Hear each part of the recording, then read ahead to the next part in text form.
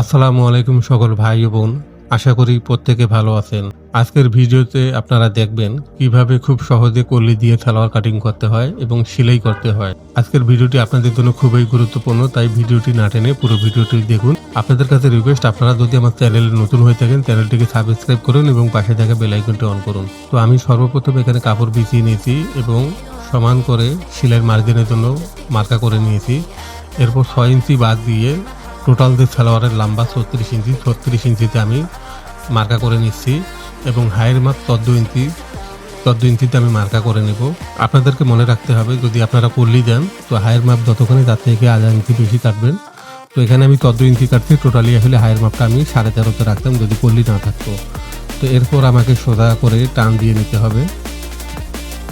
এরপর আসবে যতখানি পায়ের মুখ আপনারা নেবেন ঠিক ততখানিতে মার্কা করে নেবেন, আর যতখানি আপনারা লুজ দিতে চান সেই অনুযায়ী আপনারা লুজ দিবেন। তো আমি এখানে ফুল বহর লুজ দিব, যার কারণে আমি শেপ দিয়ে নিচ্ছি এবং মার্কা করে নিচ্ছি। তো দর্শক, আমার মার্কা করা শেষ হয়ে গেছে। আমি নিচের মধ্যে চওড়া করে ভেঙে দেব, এখানে পাটিশ হবে না। এখন অনেকে পাটিশ নেয় না, তো সাথে আপনারা এইভাবে বাতি কাপড় রাখলে আপনাদের নতুন করে আর ওখানে জয়েন্ট দিতে হবে না, আপনারা ওই কাপড়টাই ভাঁজ করে দিতে পারেন। তো দর্শক, মনে রাখবেন, এই একটি সূত্র আপনারা যদি মনে রাখতে পারেন তাহলে আপনাদের জন্য সালোয়ার কাটিংটা সহজ হয়ে যাবে। এরপর মার্কার স্থানে একটু চিহ্ন করে নেব যতখানি আমি চওড়া দিব। এরপর আসলো ইউক, সালোয়ারের যে উপরের পাটটাকে ইউক বলা হয়, এই ইউকের জন্য আমি মার্কা করে নিচ্ছি। তো এখানে আমি উপরের মার্কা করে নিলাম যতখানি আমি চওড়া রাখবো। এখানে রাবার হবে না, ফিতে হবে এই সালোয়ারটার মধ্যে। এরপর 6 ইঞ্চিতে আমি মার্কা করে নেব। মার্কা করে নেওয়ার পর এভাবে সোজা করে স্কেল দিয়ে টেনে নেব। তো এরপর যতখানি আপনারা ইউকটা রাখবেন ততখানিতে আপনারা মার্কা করে নেবেন। এখানে আমি যতখানি লুজ ততখানিতে মার্কা করে নিচ্ছি। যদি আপনারা 44 ইঞ্চি বা 46 ইঞ্চি রাখতে চান তো 4 ভাগের 1 ভাগ মার্কা নেবেন। এরপর সেলাইয়ের মার্জিন বাদ দিয়ে আমি কেটে দিচ্ছি। তো আমার ইউক কাটিং করা শেষ হয়ে গেছে। এখানেও সেমভাবে একটু চিহ্ন দিয়ে নেবেন যতখানি আপনারা মার্জিন রাখবেন। তো দর্শক, আমার ইউক কাটিং হয়ে গেছে। এরপর আমি কেটে নেব কল্লি। তো কল্লি 4 ভাঁজ করে আপনারা যে ততখানি ইচ্ছা দিতে পারেন, তবে একটু বড় দেওয়াটাই ভালো। তো কল্লির মধ্যে এখানে জয়েন দিয়ে নেব। যেহেতু আমি এখানে 1/2 ইঞ্চি বাড়তি কাটছি, সেই 1/2 ইঞ্চি আমার এখান থেকে উড়িয়ে যাবে, তো শেপটা ঠিক থাকবে। তো দর্শক, এবার আমি সেলাই করব।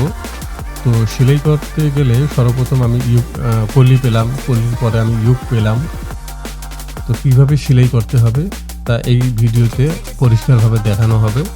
আপনাদের কাছে আবারও রিকোয়েস্ট করছি, আপনারা যদি আমার চ্যানেলে নতুন হয়ে থাকেন চ্যানেলটিকে সাবস্ক্রাইব করুন, আশা করি অনেক কিছু শিখতে পাবেন।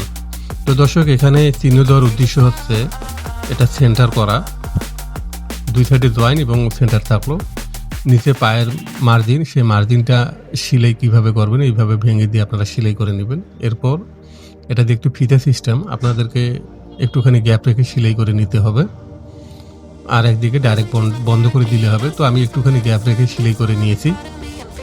আপনারা দেখতে পাচ্ছেন একটু ফুটো আছে, এই ফুটোটা দিয়ে আপনার ফিতা প্রবেশ করবে। এরপর এই ফুটাটার জন্য বন্ধ না হয় এই জন্য আমাকে 1 ফিট একটা সেলাই দিয়ে নেওয়ার পর এভাবে মার্জিন অনুযায়ী আমাকে সেলাই করতে হবে।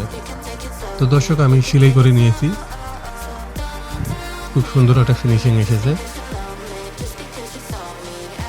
তো আপনারা এভাবে ইউক সেলাই করবেন। এরপর আমি সর্বপ্রথম পায়জামার নিচটা এভাবে একটু ভাঙা দেওয়ার পর যতখানি আমার চিহ্ন আছে ঠিক সেম চিহ্ন অনুযায়ী আমাকে সেলাই করে নিতে হবে। তো দর্শক, আমি সেলাই করে নিয়েছি।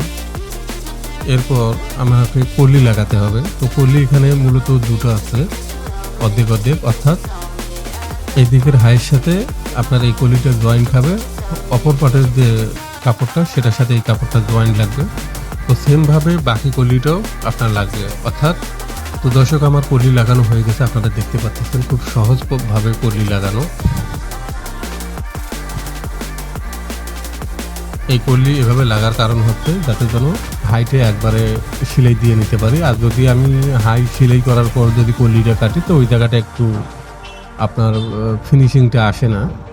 তো যার কারণে এইভাবে কলি লাগাইতে পারলে সালোয়ারের যে আপনার শেপটা ঠিক থাকে। তো দর্শক, আমি সেলাই করে নিয়েছি। এখানে দেখতে পাচ্ছেন যে আপনার কলি না থাকলে যেভাবে সেলাই হয় ঠিক সেমভাবে সেলাই হয়েছে। এখন আমাকে এই যে আপনার মিডিল যে ভাঁজ যেখানে সেন্টার, সেই সেন্টার থেকে আমাকে কুচি দিয়ে নিতে হবে। তো দুই সাইডে আমি চিহ্ন দিয়ে নিচ্ছি, এরপর আমাকে সেলাই করে নিতে হবে ইউকের সাথে। তো দর্শক আমি সেলাই করে নিচ্ছি ইউকের সাথে সালোয়ারের ফিতা, এই ফিতা বানানো হলে সালোয়ার শেষ হয়ে যাবে। তো দর্শক এভাবে ফিতা বানিয়ে আমি এখানে আটকে দিলাম। তো আমার সালোয়ার কাটিং এবং সেলাই দুটোই শেষ হয়ে গেছে। ভিডিওটি যদি ভালো লেগে থাকে আপনাদের কাছে তো ভিডিওটিতে লাইক করুন এবং কমেন্ট করুন। ধন্যবাদ ভিডিওটি দেখার জন্য।